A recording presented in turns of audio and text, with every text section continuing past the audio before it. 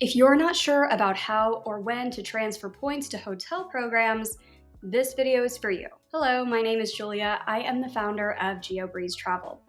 We typically save our clients $30,000 to $60,000 per year on luxury travel, and we want to provide you with a clear path to luxury travel with these step-by-step tutorials too. Viewer-suggested topics for these tutorial videos are always welcome. Most of our videos cover flight deals, but in today's tutorials, we are going to cover when it makes sense to move points to hotel programs, and that can help you save on hotel stays. All right, let's go over the classic example of when it would make sense to move points from your credit card points like Chase or Amex, Citi, Capital One, or Bilt over to a hotel program.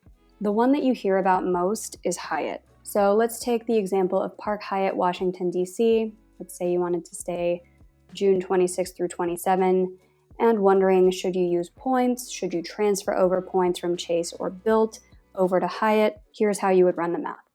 So if you wanted to stay in one of these standard rooms, it would cost 21,000 points per night, or the standard rate would be about $1,000. Member rate would be $20 off of that, so $980. To calculate the cents per point valuation, what you would do is take $980 divided by 21,000 points. That gives us a ratio of 4.7 cents per point, which is pretty good.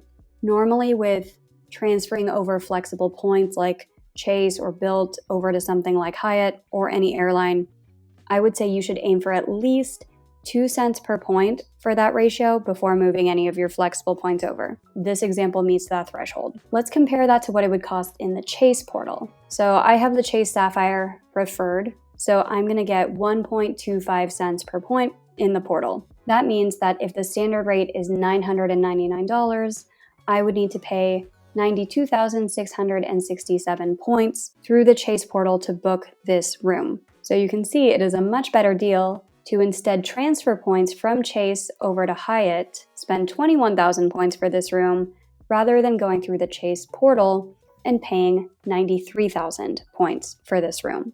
Now, that is not always the case. In this case, it makes a lot more sense to move points over, but sometimes it might be better to not. If you love free resources that let you maximize your points, check out geobreezetravel.com/quiz. There, you'll find a free short quiz that will point you to the best resources depending on whether you're trying to earn more points or redeem points or something else. And by taking the free quiz, you'll also get access to the free Points 101 course, which is a fantastic resource for anybody just getting started with points and miles. Not all points are created equal. Sometimes it is absolutely not a good idea to transfer points over to a transfer partner because you'll actually lose value that way. So let's walk through an example. Here is an example of when it would not make sense to move your points over to a hotel. So Chase points can move not only to Hyatt, but they can also transfer over to IHG or Marriott. But just because you can does not mean you should. So when it comes to IHG, let's say that you wanted to stay at the Palazzo in Las Vegas, which is part of their Intercontinental Alliance group. IHG, if you're not familiar with them, has hotel brands like Intercontinental, Crowne Plaza, Holiday Inn, Hotel Indigo, Kimpton, things like that. This particular hotel is $407 per night on the date that I picked in September. But if we wanted to see the points price, instead of pay with money here, we would select pay with points. Oh, it is 125,000 points per night, which is a bit steep to say the least. So let's not do that. Let's say instead, we really don't want to pay $407 per night, but we don't want to pay 125,000 points because that would be about 0.3 cents per point. What you could do is go through the Chase portal, and in this case, it would be about 37,000 points to just book this straight through Chase rather than transferring points over to IHG. Still not the highest value that you could get out of your Chase points. I would recommend just paying $407 if you really needed to stay at this hotel on this date. But if you're like, I don't have the $407, I have the Chase points, I'm going to cash them out for this, it would be better to just use the Chase portal rather than transferring them into IHG. Are you enjoying these types of tutorial videos? If yes, please let me know. Click that like button, leave a comment, and subscribe to the channel for even more points and miles tips every week. Our next tutorial covers transfer bonuses to hotels. Sometimes, credit card companies will give you bonus points for moving your credit card points over to a transfer partner. But just because there's a bonus doesn't mean you need to jump on it. Here is how to figure out whether or not it would be a good deal for you. Sometimes credit card companies will do transfer bonuses to different airlines and hotels. Like for example, Chase right now is having a 40% transfer bonus to Marriott through June 15. Should you do this? Maybe, maybe not. Here is how you can run the math to see if it makes sense for you. Let's do a couple of examples. Let's say that you wanted to stay at the Hotel Clio, which is a hotel in Denver that's run by Marriott. For the date that I picked, which is in mid-June, you could pay $317 per night, or you could pay 68,000 Marriott points. That would yield a cents per point redemption of 317 divided by 68,000, which is 0.47 cents per point. It is less than half a cent per point, and I do not recommend you do that. Even if you were to multiply that valuation by 1.4, because there is a 40% transfer bonus, you're still only getting about 0.6 cents per point, still about half a cent per point.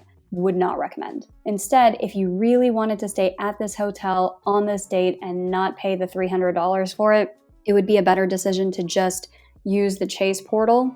Again, it's not the best use of points, but if you really just didn't want to pay the $300 for it and you had some Chase points, you could pay 30,000 points for it. But just because it doesn't make sense to move points to Marriott for this example, doesn't mean that it's never worthwhile. Let's say that you wanted to stay at the Residence Inn by Marriott in Chicago, the Residence Inn Chicago downtown River North. It's a very expensive hotel for the weekend of Valentine's Day, where it would be $1,655 per night. Or you could stay for about 37,000 points. So here, if you divide 1,655 divided by 37,000, you are going to get about 4.5 cents per point, which is fantastic, especially for Marriott. And then if you multiply that by 1.4, because you really only need to take 37,000 divided by 1.4 points over to Marriott, you get a valuation of 6 cents per point. And PS 37,000 divided by 1.4 means you only have to move about 27,000 points from Chase to Marriott to do this redemption. That sounds a lot better than the Chase portal, where you'd end up paying 135,000 points to stay one night at this $1,700 hotel. So there's an example of when it would not make sense to move points over to Marriott, even with the transfer bonus, and one where it would. You just need to run the math and make sure that it mathematically makes sense and hopefully get more than 2 cents per point when you move your points over from Chase to pretty much anywhere. If you are in the market for a new card like the Amex Bonvoy Brilliant card that gets you automatic Marriott Platinum status, but you're not sure what card to get, check out our free credit card consultation form at geobreezetravel.com/consultations. We will send you a personalized recommendation based off of your particular goals, budget, and lifestyle. Or if you do already know what card you want to get and you would like to support this show when you apply for your next card, we have our affiliate links listed to different credit cards on geobreezetravel.com/cards, which you can also find in the show notes. Our last walkthrough covers how I personally navigate trying to decide between using points for a hotel stay or just paying for the hotel with money and earning points for a future trip. And if you are interested in leveling up your points and miles game and maximizing your points, we have a couple of options for you. The first one is the GeoBreeze Travel Patreon, which you can join starting at just $5 per month. You can sign up at patreon.com/geobreezetravel. And every month, we prepare personalized step-by-step tutorials for the routes that our members request. We also provide open forum group coaching where you can ask any questions that you have about points, miles, and credit cards in general.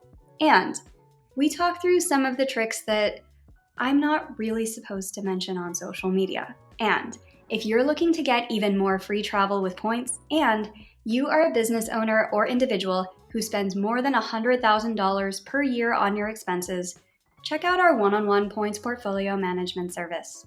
We typically save our clients $30,000 to $60,000 in travel in the first 6 to 12 months of working with our team.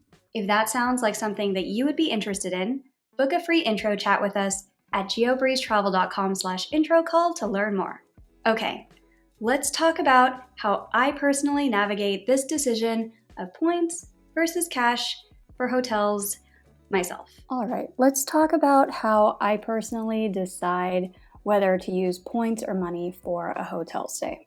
So most of the time when I'm taking an international trip, I am prioritizing finding good flight deals because I'll generally get a lot more value out of my points that way. Not always, but most of the time. And then points will come secondarily. So let's say that I wanted to go to Tokyo next January. I like to use this site Awaze and then just search for the city that you are staying in and the dates. You can even sort and filter it based off of the hotel chains that you have.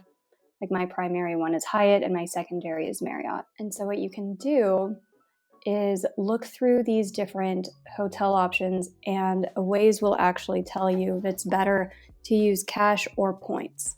Because for each type of points, they have a threshold that they're trying to meet. Like usually with Hyatt, it's about 2 cents per point. So here, it'll say you should use 21,000 points instead of spending $450.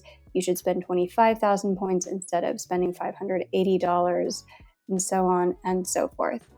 But sometimes that's not the case. Like if we unfilter this and include Marriott, it would be better to pay $365 instead of 63,000 Marriott points for the Tokyo Marriott hotel. So if you don't want to run the math all on your own and try to figure out what's your particular threshold you want to meet with different points, Awaze is a great tool for that. If you are like, I have some points and I just want to see what's the best way possible to use them, I'll travel wherever.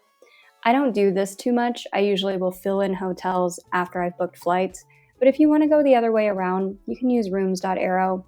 Like for example, if you have a whole bunch of Hilton points and you're like, all right, I'll go anywhere domestically, but where can I get more than 4 cents per point with Hilton? It looks like there is one result here where you could go to the Conrad Indianapolis, and for some reason in November, this is showing up as $3,000 per night, but only 70,000 points. I have no reason to go to Indianapolis in November, so I'm not going to jump on this deal. But if you're like, oh, that's a great use of 70,000 Hilton points, I'll just do a quick trip to Indianapolis.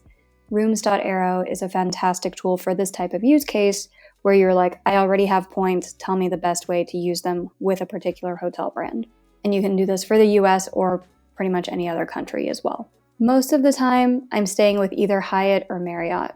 And with Hyatt, I'll usually just go by what Awaze tells me to do on if I should use points or money, or I can kind of do that math in my head since I've booked so many Hyatt stays. But I also like checking out the Hyatt promotions every once in a while.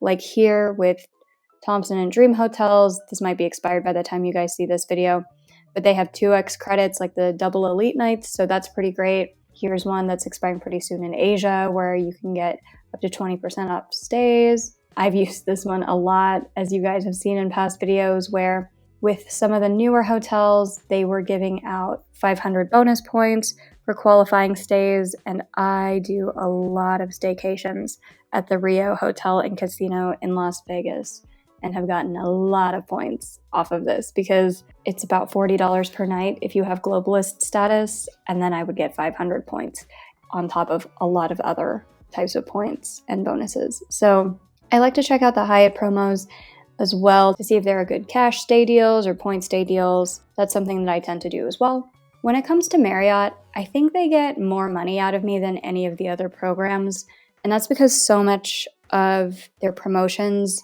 you have to use a cash rate instead of a points rate or a blended rate. So what I'll usually do is book the cheapest standard room at a Marriott hotel, and then I will apply some of these suite upgrade certificates that you get by staying 50 nights or 75 nights at a Marriott each year. And I definitely don't stay at Marriott's that much. What'll happen is I start each year with about 40 elite nights already covered just by having a Marriott Bonvoy Business card and Marriott Bonvoy Brilliant card. And then I take advantage of a lot of the 2x promo nights that you saw me using for my Asia trip this past year, or Italy the year before that. That's how I kind of decide, should I use points? Should I use cash when staying at different points hotels and taking advantage of different promotions? So let us know in the comments, how do you decide if you want to use points or cash when you're staying at hotels? And let us know if you have any favorite points hotels that you'd like to see featured in a video. I hope you found those tutorials useful. Also, let me know what other types of tutorials you would like to see. Suggestions for future topics are always welcome, so let me know in the comments. And in the meantime, if you enjoyed these tutorials, I think you will enjoy this video next.